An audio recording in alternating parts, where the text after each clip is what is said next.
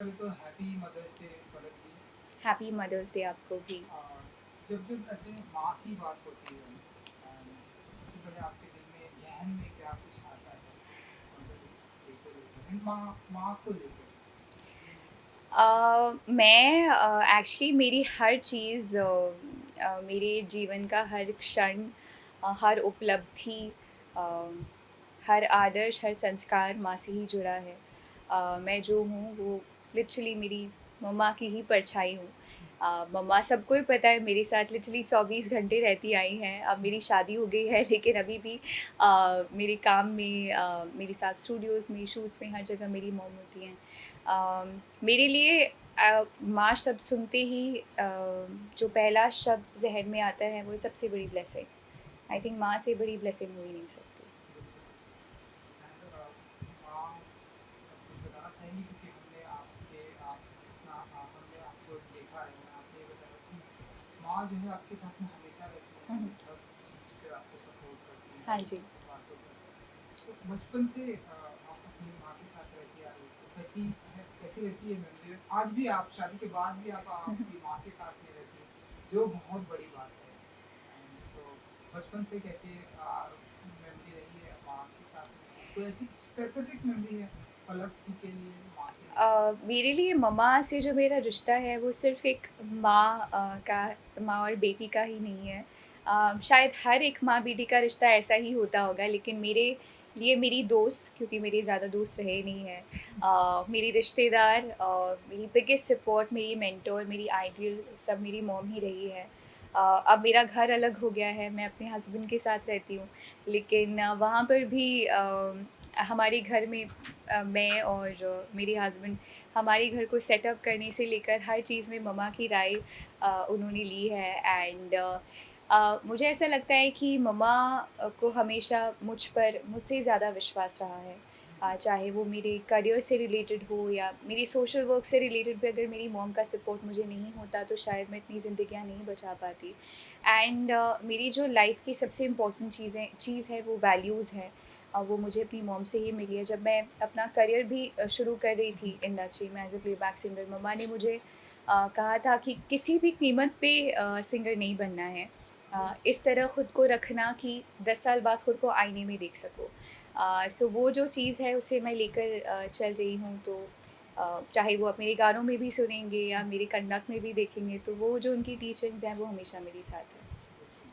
और आप भाई भी हैं आपके हाँ तो जी। हम बचपन में अभी भी जब हमेशा ऐसे नोक झोंक भाई बहन में हमेशा रहती है कि माँ मुझे सबसे ज़्यादा मानती है माँ मुझे सबसे ज़्यादा मानती है। तो आप बताइए कि ऐसा कुछ होता है तो माँ किसकी तरफ सपोर्ट करती है कि लाइक नहीं नहीं आप बताइए मुझे। पलाश को ऐसा लगता है कि मम्मा मुझे हमेशा सपोर्ट करती है। मेरा फ़ेवर लेती हैं, लेकिन मुझे ऐसा लगता है अगर उसका भी फ़ेवर ले ले तो मैं ओके हूँ, अगर उससे ज़्यादा प्यार कर ले तो मैं ओके हूँ।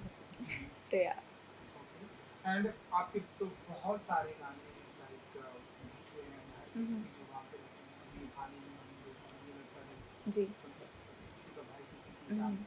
सो जब भी कोई गाना आपका आता है तो आप उस गाने में अपनी माँ के साथ में कितना कॉन्ट्रीब्यूशन लाइक रखती हैं कि मम्मा देखो मेरा ये गाना आया है मैं ये करेगा एंड ये जो जब गाना आया तो हुँ। आपने कैसे कुछ किया माँ को कैसे बताया तो पहले आप माँ को बताती हैं या फिर जब आप पूरा शूटिंग गाने की करके।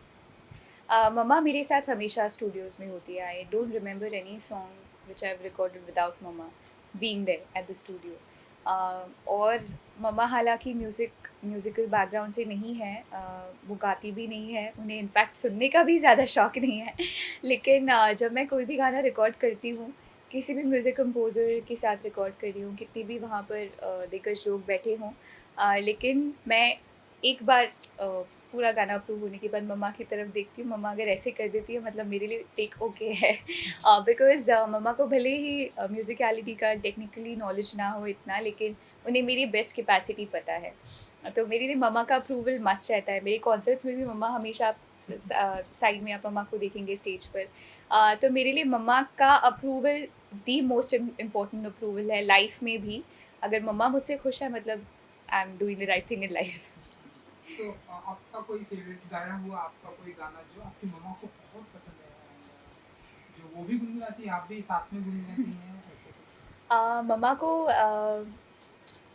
मम्मा एक्चुअली मेरी बहुत बड़ी क्रिटिक भी हैं। तो मम्मा अगर किसी चीज़ में मेरी तारीफ़ कर दे मतलब वो बहुत ही ज़्यादा बड़ी बात हो गई है। बट आई थिंक उनके वो क्रिटिसिज़्म की वज़ह से ही मुझे प्रेरणा मिलती है कि मैं खुद को और बेटर करूँ। बट आई थिंक अगर उन्होंने ज़ाहिर किया है जो उन्हें गाना पसंद है दैट इज़ ऑफ़ कोर्स आशिकी के गाने। हर एक गाना एक्चुअली उनको पसंद है बट कौन तुझे समथिंग आई थिंक कौन तुझे उन्हें सबसे ज़्यादा पसंद है। वैसे कभी वो डिमांड करती है कि ये वाला गाना जरा आप नहीं, ऐसे मुझे ऐसे बोलती है बंद कर गाना क्योंकि वो मेरे साथ हमेशा होती है और मैं गुनगुनाते रहती हूँ। हाँ, तो जब मैं वापस घर आ जाती हूँ तो शी इज़ लाइक अब बस बंद कर मैं थक चुकी हूँ गाना सुन के। तो यहाँ उल्टा होता है। एंड इसके अलावा अगर हम बात करें सो और आपका एक गाना तो हमने देखा जो किसको मैं किसी के हुँ, सामने अगेन मैं कह रहा हुँ। हूँ बहुत पसंद आ रहा है लोग को एंड फिल्म भी आ चुकी है और अब क्या कुछ पाइपलाइन में है एंड क्या कुछ अब गुनगुनाने वाली है जो सारी दुनिया के सामने आने वाला है अभी हाल ही में छत्रपति का छत्रपति गाना रिलीज़ हुआ है एंड बहुत ही ज़्यादा अमेजिंग सॉन्ग्स हैं लाइनअप में। बहुत एक्साइटेड हूँ मैं इनफैक्ट इतना एक्साइटिंग लाइनअप है एंड उम्मीद करती हूँ कि एक्चुअली हर बार जब भी कोई गाना रिलीज़ होने वाला होता है मुझे ऐसा लगता है पता नहीं इस बार पिछले गाने जितना प्यार मिलेगा कि नहीं। बट हर बार ही सब लोग इतना प्यार देते हैं कि हर एक गाना सुपर डुपर हिट हो जाता है। सो आने वाले गानों में बस मेरी इतनी एक्सपेक्टेशन है कि उतना ही प्यार मिले जितना कि अभी तक के गानों को मिला है। अगेन मैं पूछूंगा कि आप माँ के साथ में रहती हैं तो हुँ। ये सवाल इतना जरूरी नहीं है लेकिन बचपन से लेके अब तक ऐसी कोई माँ के साथ की ऐसी कोई मेमोरी रहती है जो आपको लाइक कोई भी खट्टी मीठी नोक-झोंक या फिर स्वीट एंड हार्ट टचिंग ऐसी कोई भी मेमोरी माँ के साथ की रहती है जो आपको बहुत ही आपके वो मेमोरेबल मोमेंट नोक-झोंक तो नहीं होती है बिकॉज़ वो ऑफ़ कुछ कोर्स भी मेरी मॉम है और उनके सामने अ, मेरी आवाज़ ही नहीं निकलती है ज़्यादा। लेकिन मेमोरीज़ बहुत सारी है बिकॉज़ जैसे कि आपने कहा हमने बहुत सारा वक़्त साथ में बिताया है, तो ट्रैवलिंग हो या रिकॉर्डिंग्स हो, वो पहली रिकॉर्डिंग से लेकर अब तक लिटरली उन्होंने मेरी जर्नी देखी है। तो बहुत सारी मेमोरीज़ है बस हाँ, एक बार मुझे लंदन जाना था पहले ट्रिप में मेरी मॉम के बिना एंड तब मैं 6 साल की थी और कल्याण जी आनंद जी के ट्रिप के साथ ट्रैवल कर रही थी एंड आई रिमेंबर उस दिन भी मैं उतना ही रोई जितना मैं विदाई के दिन रोई फाइनली। और तब से जो विदाई के दिन के लिए डर बैठा हुआ था कि मम्मा के बिना रहना है फाइनली।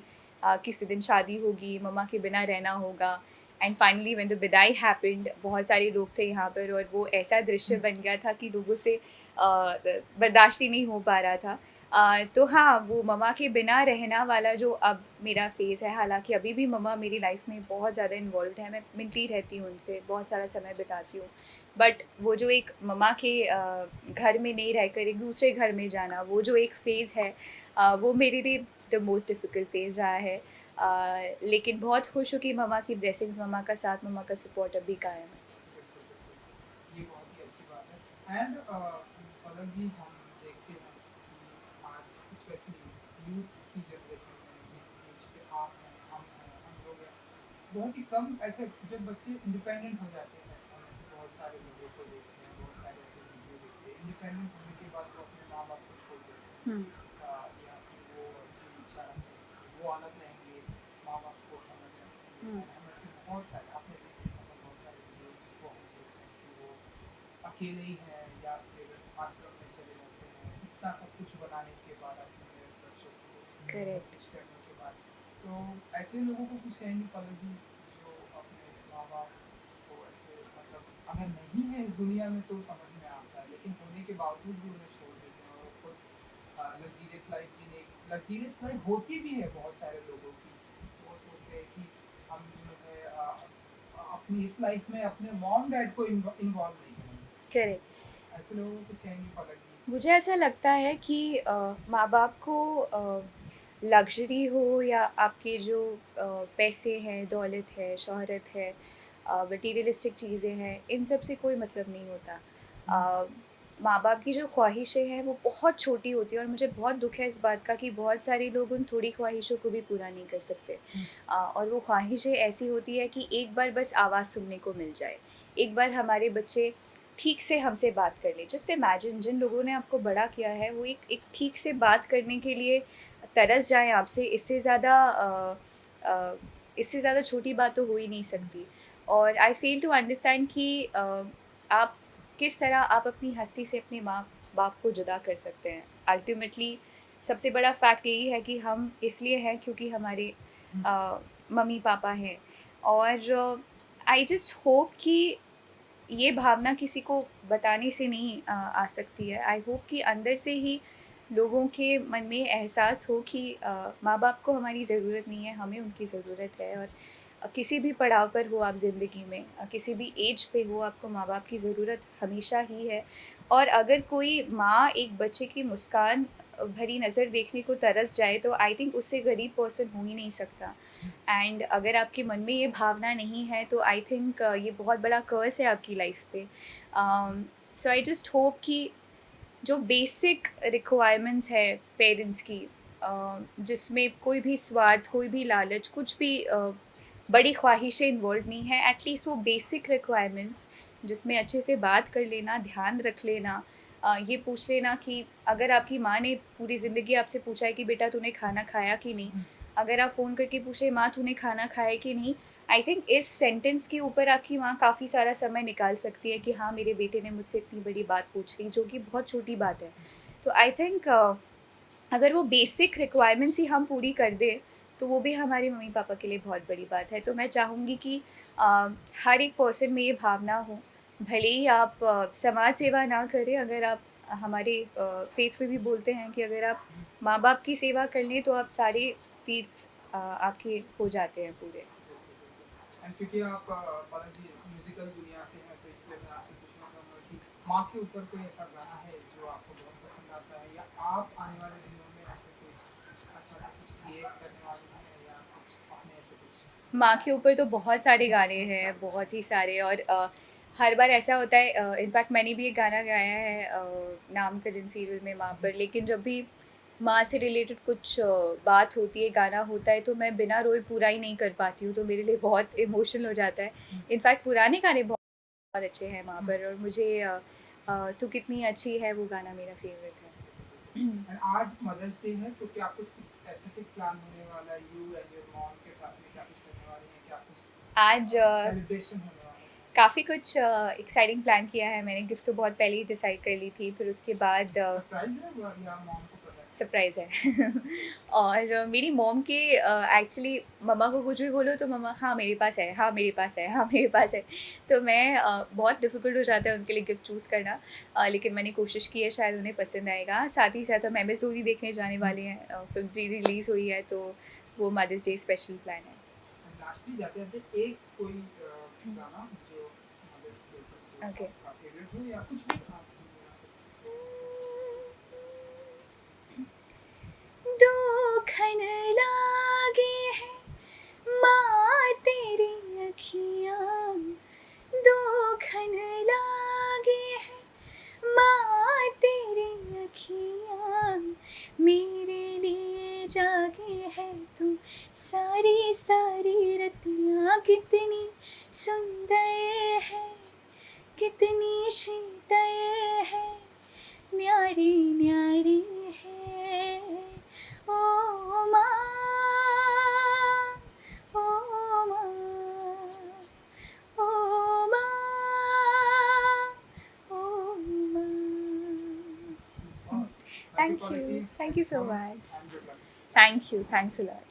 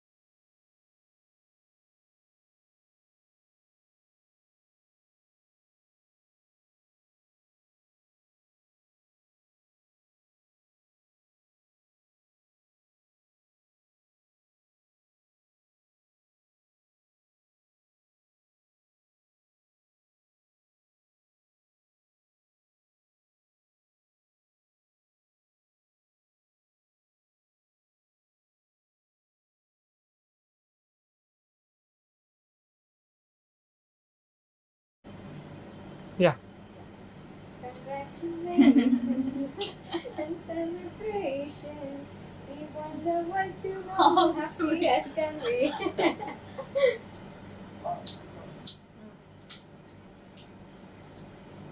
आप लोग भी करो एंड ये एक आप साथ में हैप्पी मदर्स डे बोल दीजिए चैनल में करके बस इतना मदर्स डे नहीं बोलेगी आपकी You are go. 1 2 3 happy mother's day आपने बोला नहीं सिर्फ बोला आपने लिसन बोला किया है। ले